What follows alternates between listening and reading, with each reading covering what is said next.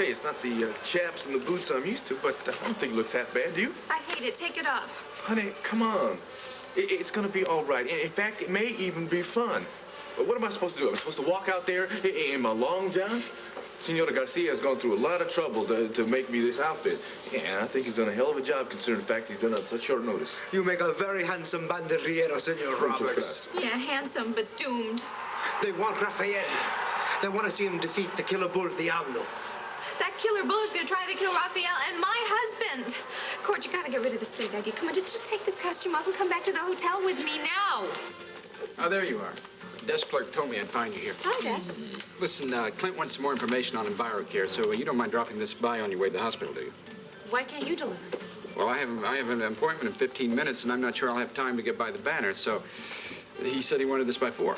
Well, go talk to the desk clerk and get the name of a messenger service.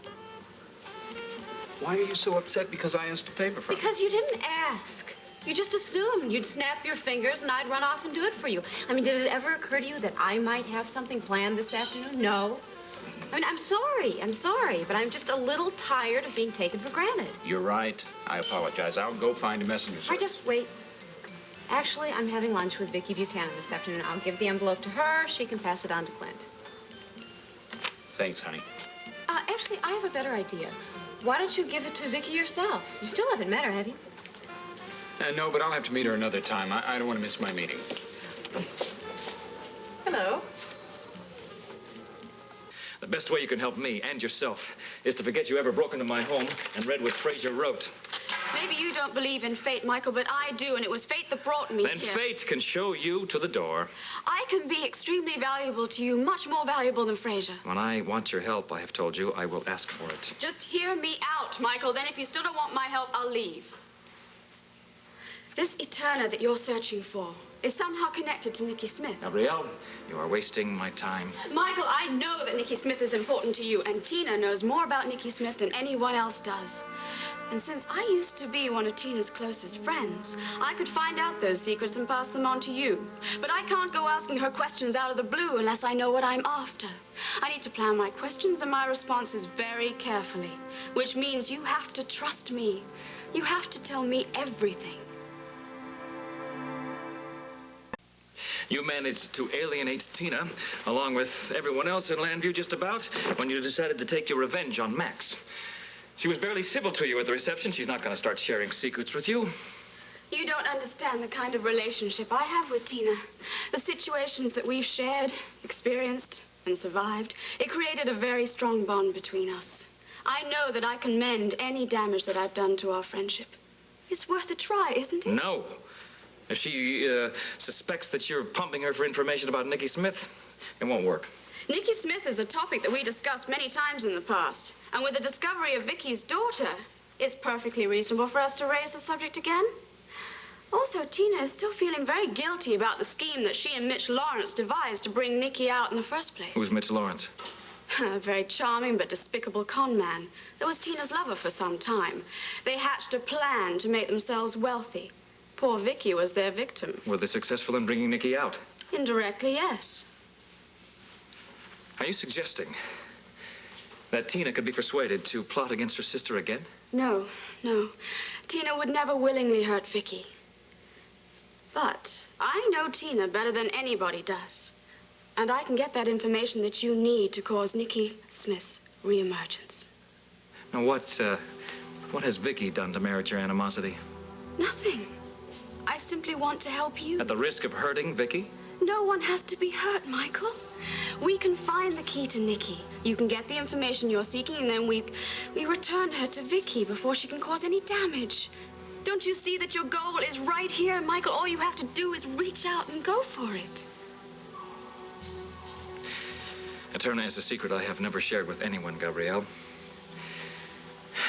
It has been the driving force in my life for as long as I can remember, and now I will stop at nothing to uncover it. I'm going to accept your help, but I want you to understand the terms. If I have any reason to suspect that I don't have your complete loyalty and commitment, then you won't even have a chance to plead your case because I will exact my revenge immediately. But if you are willing to commit completely and totally to this, then I will share the secret of Eterna with you. It's your choice. You know, I still cannot believe that you two haven't met before this. But surely we have met, haven't we? You look so familiar. Well, I seem to remind everyone of a favorite uncle. Sometimes a not-so-favorite uncle. Did I show you some pictures of Dad from one of his expeditions to Nepal, maybe? Or? No, no. And you don't look anything at all like any of my uncles. However, it doesn't matter. I'm very happy to meet you, and I'm also very happy that you're writing a column for the Banner. You know, Clint and I have been saying for months that we wanted to devote more space to environmental issues. Well, I wish every newspaper in the country felt that way. I appreciate the opportunity. You know, Dad, I think if your column takes off, you could syndicate it. Have you met my agent? I'm sorry, I just happen to think what you have to say is very important. Sarah's right. And the Banner has no problem at all sharing your views with other newspapers. Well, I think for the first month or so, I'll concentrate on local issues and then see what kind of reaction we get. I'm sure the reaction will be very favorable. You have a great deal of support here in Llanview for EnviroCare, including my daughter Christine, who I think is your biggest supporter. Yes, I met Christine at the Banner. Yeah, she told me. She was also a bit worried that she had embarrassed you with her enthusiasm. No, I'm happy that young people care about our work. How's Leo Cromwell coming along with this project? Do you know, I haven't heard very much about that. But I would think if it's true, I mean, if Benjamin Franklin's mistress really lived on Llantano Mountain and buried all these papers and diaries and things, it's going to take a bit of time to find them, wouldn't you think? Well, it sounds to me like that Benjamin Franklin was quite a ladies' man. Anyway, it sounds like a pretty hot find. Yes, maybe I could interview him.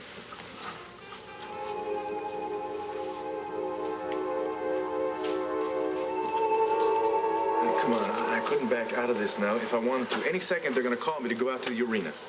Well, there's 100 guys who could take your place, and surely somebody who has a little bit of experience in the bull ring. How many times have I got to tell you, girl, it is going to be all right. You know, I wish you would look at this as a fun experience, you know? Come on. How many men can say that they have had the great experience of going out there into the bullfight arena with one of the world's greatest matadors? Certainly not one of the ones that have been killed. Girl, you know how much experience I've had at the rodeo, how many blue ribbons I won, how many trophies I brought home. Those belt buckles? Honey, I've had experience working with bulls. Those aren't the same kind of bulls, honey. These bulls are bred so that they kill whoever waves one of those red capes in front See, of them. there you go, because I'm not going to be waving the red cape. That's going to be Rafael's job. My job is to keep the bull distracted if Rafael gets into trouble. Besides, I can't back out now. I have given my word. It's a matter of honor. I don't care about honor. All I care about is living a long, happy life with my husband. If you get killed there in the ring and I have to go back to promise Llanview you, widow, I will be there for our 50th anniversary. How does that sound? That way we can tell our children and our grandchildren about Grandpa Cordero and his day in the sun. Honey, if that bull gores you in the wrong spot, we aren't going to have any more children. Girl, it is going to be all right. Please, just relax. Have a good time with this, huh? It's going to be all right.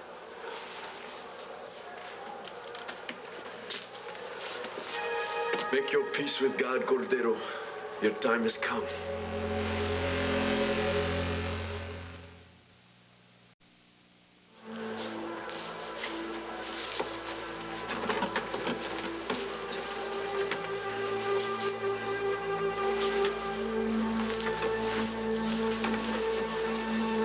Now I am prepared to meet the great and terrible Diablo. Yeah, I'm ready too. Let's go. Oh, my God. Honey, it's gonna be all right. I love you, all right? Oh, Rafael, wait. Take this with you for life. Gracias, Senora. I will uphold the honor of your blessing with my very last breath.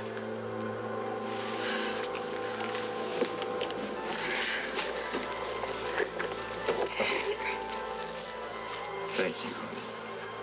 I'm coming back to you. It's gonna be all right. Oh, honey. I love you more than anything on earth. And I love you.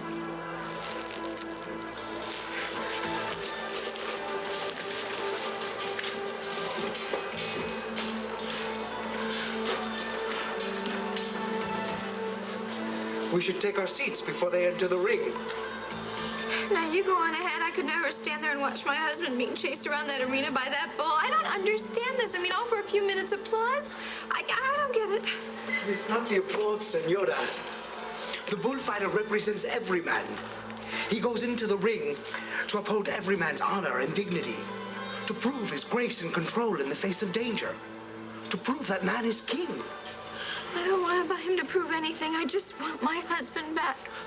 Your Cordero is a brave and wonderful man. Be proud of his courage, for it will be remembered long after the fight is over. The fight is about to begin.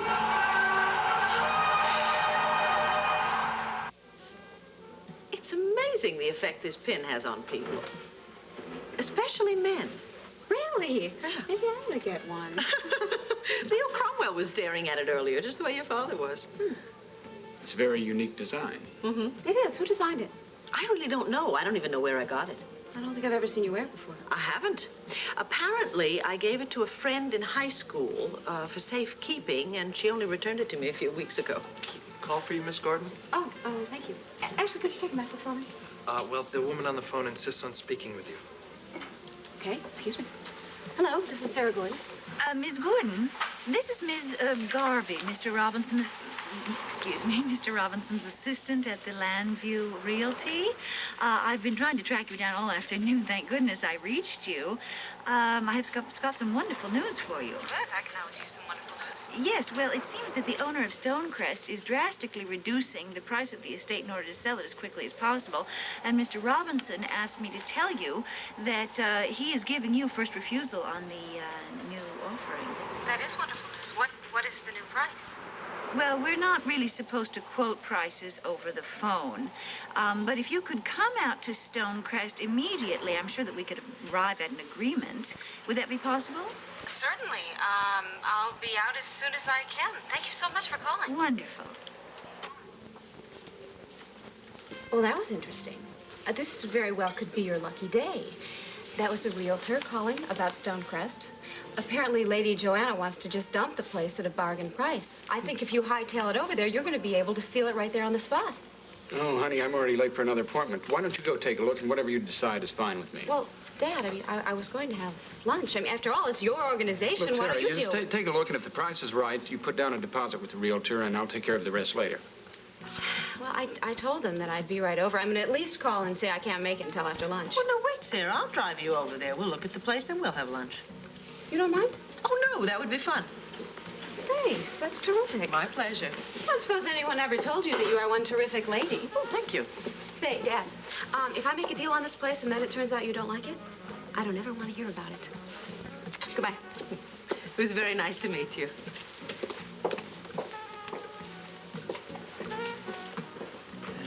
I have been committed to you from the day we met. You've been committed to yourself, Gabrielle, not me. We used one another. I have no illusions about that, Michael. But we both benefited, too. And there's no reason why that has to stop. I am willing to make whatever commitment you require of me.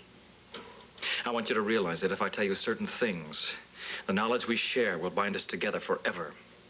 I realize. Just as you will realize in time that you were right to trust me. Especially when I plan to live to a ripe old age. All right. Before I begin, I have to warn you, some of this will sound incredible, but every word is true, I swear. Eterna is a city. A city? I've never heard of a city called Eterna. No one else knows about it. Well, who lives there? Now, no one. It was a secret, ambitious experiment created in 1950. Or who was behind that experiment?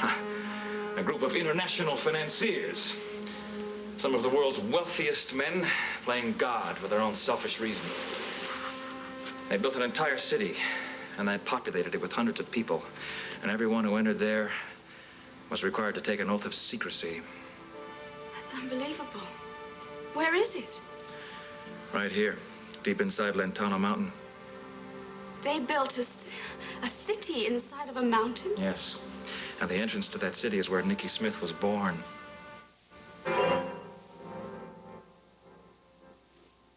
You're saying that they built a secret city inside of a mountain that is somehow connected to Niki Smith.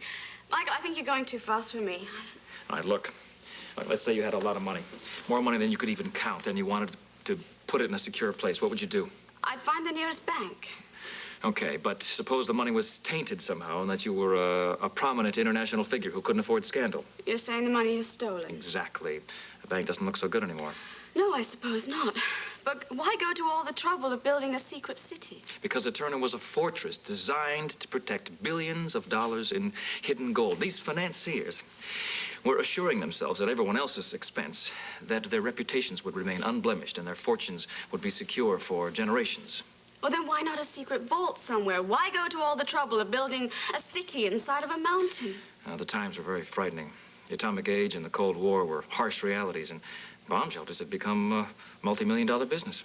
How did they function? All those people, how did they live without air and light? An atomic generator provided the energy they needed. Food was grown in hydroponic gardens, and virtually every human need was supplied for this population of well-paid volunteers who agreed to live there and protect the gold. Yeah, I warned you, it was not going to be easy to believe.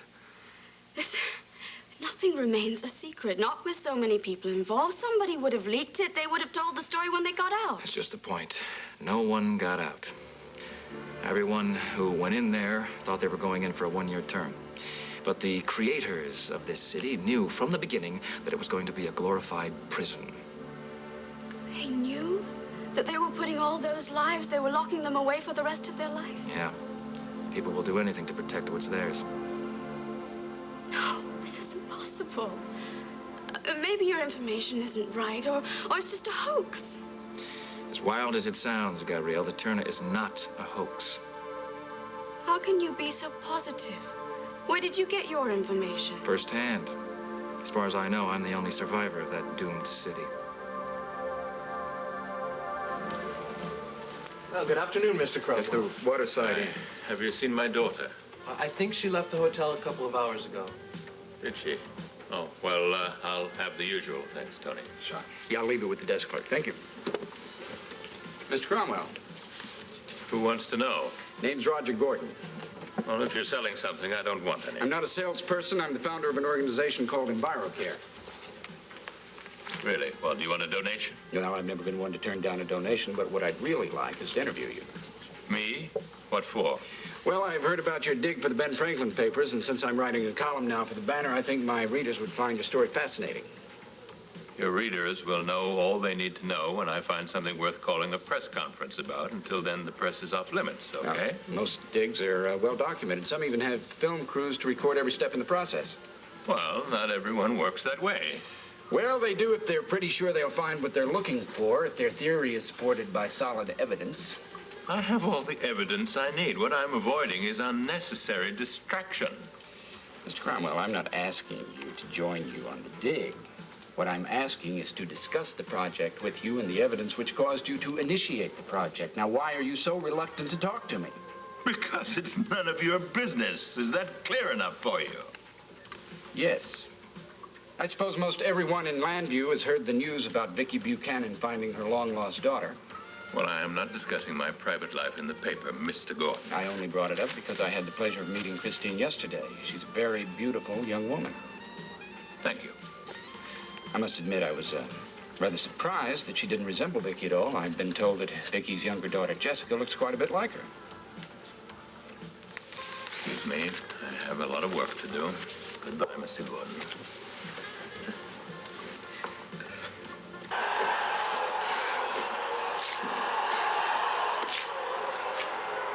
What's going on?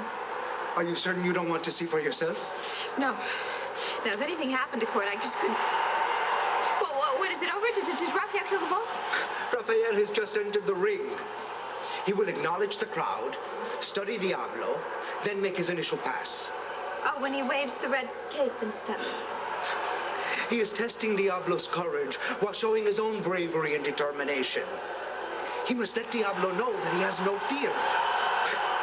I think Diablo is receiving Rafael's message. Wait, what's that? The bugles signal the entrance of the picadors. This is the beginning of the first of 3 tercios that make up the fight. The picadors, then the banderilleros, then Rafael will kill the bull. Are you sure he's good? The bravest. Like his hero, Juan Belmonte. Rafael takes the fight to the bull rather than waiting for the bull to charge. And like Belmonte, he does not sidestep the bull. He holds his ground, maneuvering the animal around him with the cape. Well, what's Cord doing all this? I mean, what is he doing when these picky guys are working? Keeping a very close eye on Diablo and waiting for his turn to... Well, the crowd sure seems to like whatever it is. Jose is the finest picador in all of Spain. He is an artist at his trade. I think it is time for the banderilleros.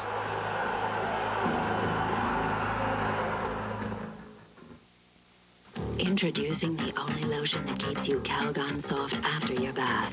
New Calgon After Bath Lotion for silky, soft skin all day. New Calgon.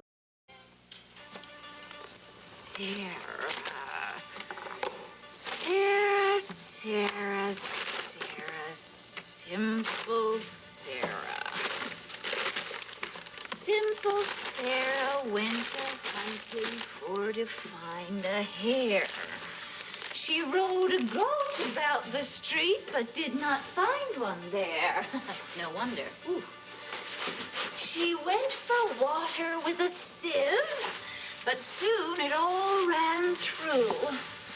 And now poor, simple, stupid Sarah bids us all a fond adieu.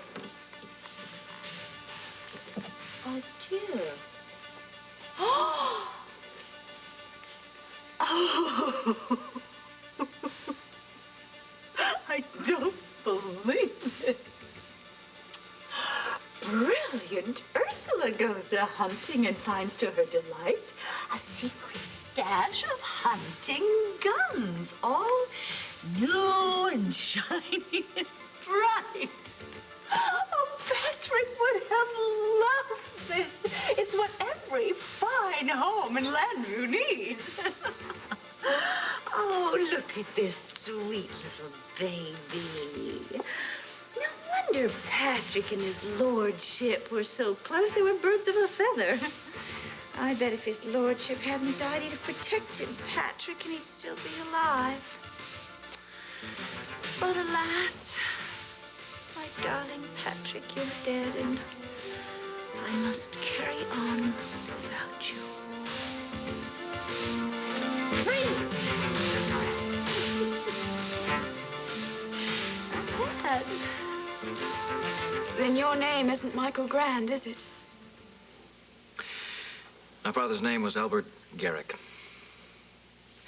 He was a brilliant scientist and structural engineer who one day was approached by a representative of an international clique of millionaires. This man asked him if he would be interested in designing something called Eterna, and he accepted. Did you know what your father was up to? I was only 4 years old, but I did sense that he was involved in some project and felt deeply passionate about it. And you said that you lived there. My father volunteered to live there for the first year with his family. Then he had no idea that all the people in Eterna were being betrayed. None whatsoever. Well, what was it like? Was it run like a city? Everyone wore uniforms. A governor was appointed by the creators, and I'm sure he was in on the plot. There was a citizens' committee elected by the Eternas, and I remember that my father was very involved in that committee. But didn't the people protest or rebel when they found out that they were going to be there far longer than a year? Well, there was a general panic. Everyone turned to the governor and the committee for guidance, but no one could do a thing in the face of the great lie that the city's creators had perpetrated. What was that? That my father was responsible for everyone's imprisonment. That his design for Eterna was somehow faulty, and that the escape mechanisms didn't function properly. Did you have any communication with the outside world? The governor cut it off. You're saying he became a dictator? Yes.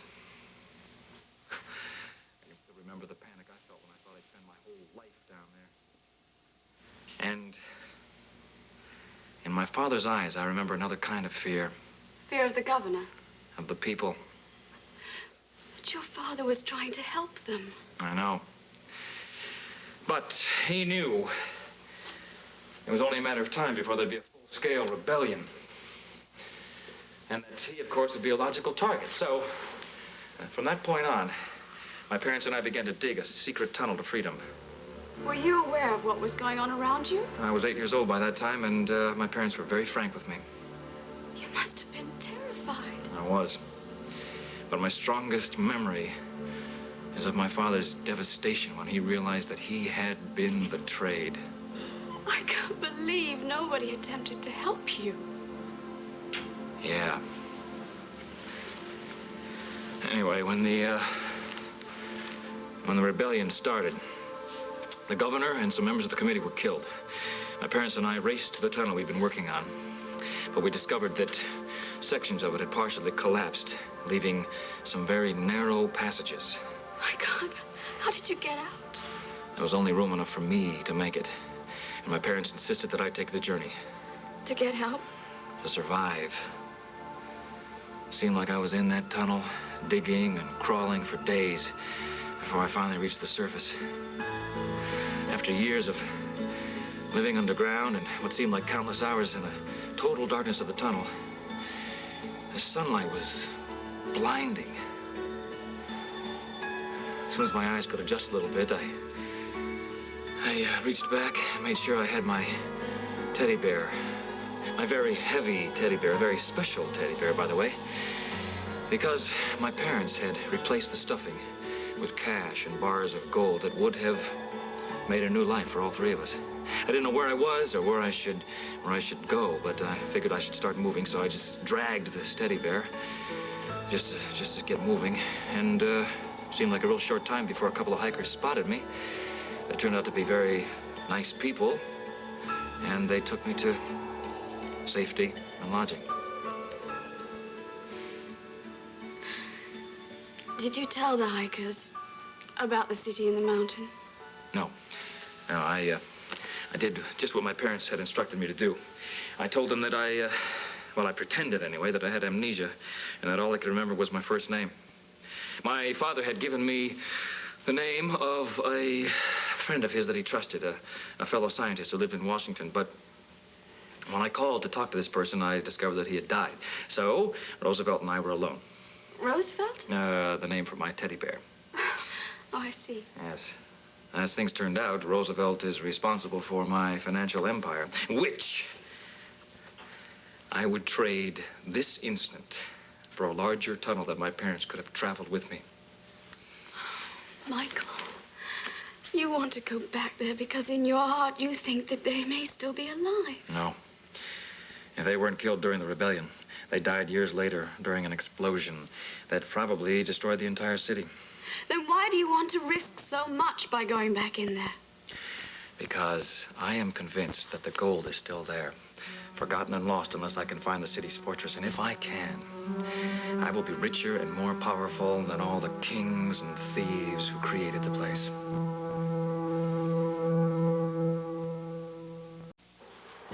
And Lord, please let Jose be okay, and please don't let anything happen to my Cord. I promise you, I'll never lie again. I will be such a good mother, and I will make Cord so happy. I promise I will. Just don't let anything hurt Cord. Whatever it takes, whatever you want me to do, just don't hurt him, please. Rafael, the magnificent matador. Oh, what, is it all over? Diablo has been defeated. Thanks to your husband's bravery. Honey, you killed the bull? Your brave husband saved my life so I could bring honor to my countrymen. Honey, I was so worried. I was so scared that something was going to happen to you, especially after what happened to Jose. I mean, is he... Jose will live to fight another bull. Thank goodness. But this is your last time in the bullfight. You're never going to do that again. I promise you, I just wanted to try it once, and I tell you, it was an experience that was worth every second of it. Senor, muchas gracias. It has been an incredible honor fighting next to you, let me tell you. And I also appreciate that little change in the game plan, too. The honor was mine. What'd he do? I dedicated the bull to Cordero, and I wanted to honor you with Diablo's ears. But I asked him if he would spare Diablo, and he agreed. Oh, you didn't kill the bull? He will be retired unharmed, hopefully to live a long and happy life and bring Spain another Diablo one day. But I'm sorry that I have nothing to give you as a token of my thanks and affection. Oh, believe me, that's all right. I mean, I'm just so happy both of you are alive, and the bull, too. This will be yours. What? Are you sure? Oh, honey, looks great. Hey, listen, you should have seen it. You should have seen that second pass that Diablo took. It missed him by inches, right? Oh, Rafael, tell her about that. Honey, I don't want to. I've had enough bullfighting for one day. Could we just go back to the hotel now? Yeah, sure, honey, we can do that. Listen, God go with you. And with you, my friend. And with you.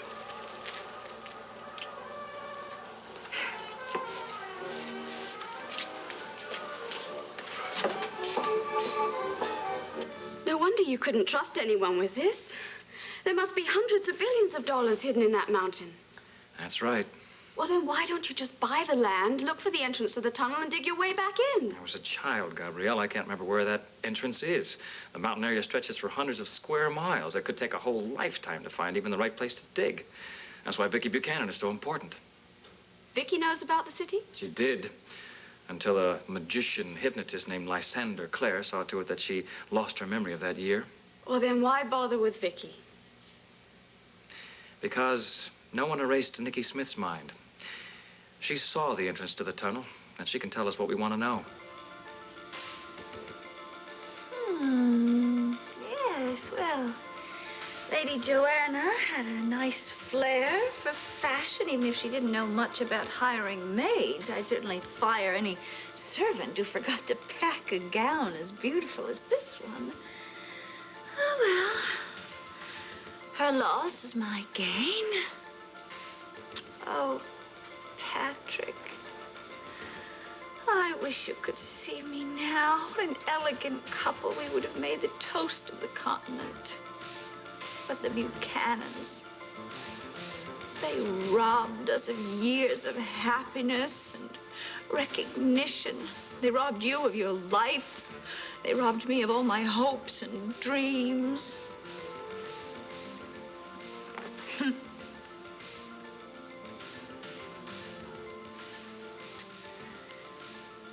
Well, mirror, mirror on the wall, who's the fairest of them all? I'm sorry, Viki. I really thought she'd be here. Well, that's all right. Did she say where to meet her? No, I assumed she meant here. Oh, there's something stuck in the door. Oh. My apologies for not being able to greet you, but I've been unavoidably detained. However, the house is ready for your inspection. I've left the door open. Please wait inside and I'll join you shortly. Let's go. Sooner the better. It's cold out here. You said that Eterna is where Niki Smith was first born, Figuratively, yes. and that she knows the entrance to the tunnel. Well, how would she know that? That isn't important right now, Gabrielle. Michael, you can't tell me part of this incredible story and then not tell me the rest of it. I told you all about Eterna, as I said I would. I think it's time for you to fulfill your part of the bargain. Renew my friendship with Tina and find out what I can about Niki Smith. Yes. The entire project could well depend on your success. Michael, you can depend on me. You know, I thought that you were involved in some kind of strange business deal. I had no idea it was so vast. Or that it could prove to be so rewarding. The most important thing is that you trusted me enough to tell me your secret. Believe me, you can count on me. I won't let you down. That means a lot to me.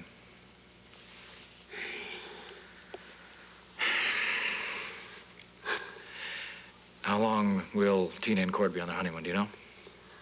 No, but I can assure you I'll find out this afternoon. Good. Michael. You said that there was an explosion years ago that you believe it could have destroyed Eterna. Yes?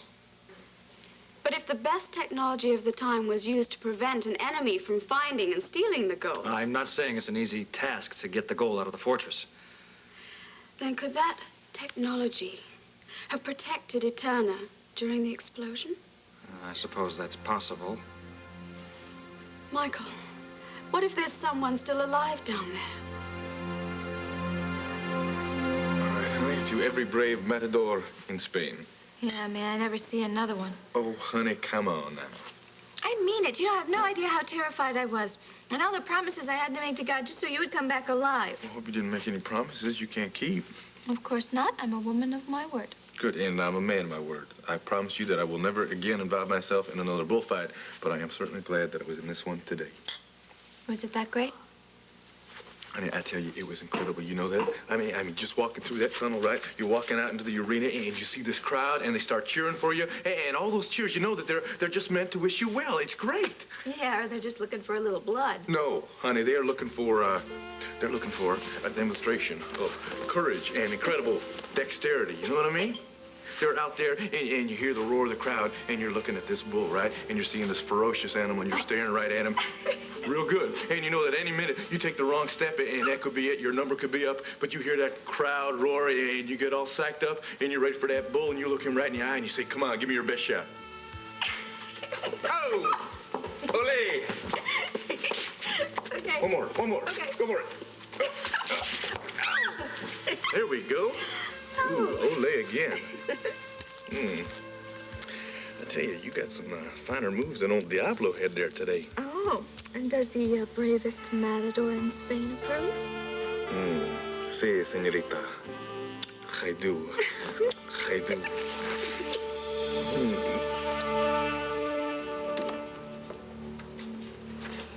Well, Lady Joanna threw quite a ball in this house, didn't she?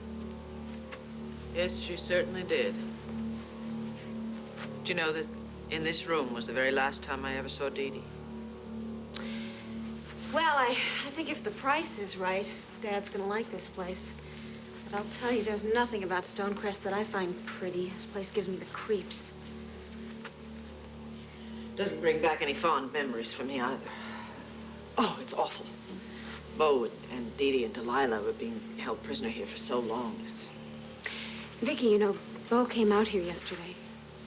Did he? Mm-hmm.